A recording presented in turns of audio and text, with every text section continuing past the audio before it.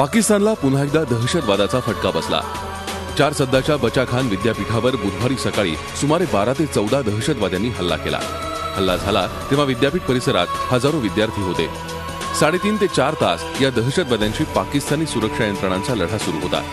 4 तासानंतर 4 दहशतवाद्यांना यमसदनी पाठवण्यात पाकिस्तानी सुरक्षा यंत्रणांना यश आलं। हमने तो कोई भी नहीं देखा है, लेकिन बहुत ज्यादा हथियार लाए लोगों ने, बहुत ज्यादा फायरिंग हुई, बहुत ज्यादा हुए, बहुत ज्यादा स्टूडेंट मौजूद है यूनिवर्सिटी। बहुत हॉस्टल में बहुत स्टूडेंट। पूरा बारिश शुरू हो गया, इसी तरह से पुलिस और फौज ने हमसे कमरों ने निकाला और बहुत से सारे दोस्त हमारे जो है वो अंदर है और हम निकल चुके। फोर्सेस ने हमें निकाला हॉस्टल से।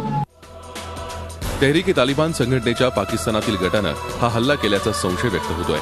हल्ल्यासाठी त्यांनी हाच दिवस आणि हेच ठिकाण का निवडलं याबाबत देखील चर्चा सुरू आहे। खान अब्दुल गफार खान हे बचा खान म्हणून परिचित होते।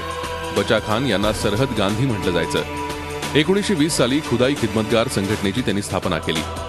वायव्य सरहद प्रांतात स्वातंत्र्य संग्रामात त्यांनी महत्वाची भूमिका बजावली होती। 20 जानेवारी हा बचा खान यांचा स्मृती दिन आहे। तहरीक ए तालिबान संघटनेच्या पाकिस्तानातील प्रवक्त्यानं या हल्ल्याची जबाबदारी स्वीकारली असली तरी मुख्य गटानं मात्र या हल्ल्याचा निषेध करत जबाबदारी झटकली आहे। त्यामुळे या हल्ल्याचा सूत्रधार कोण हा प्रश्न देखील कायम आहे। Bureau report, Zee media. Zee 24 तास रहा एक पाऊल पुढे।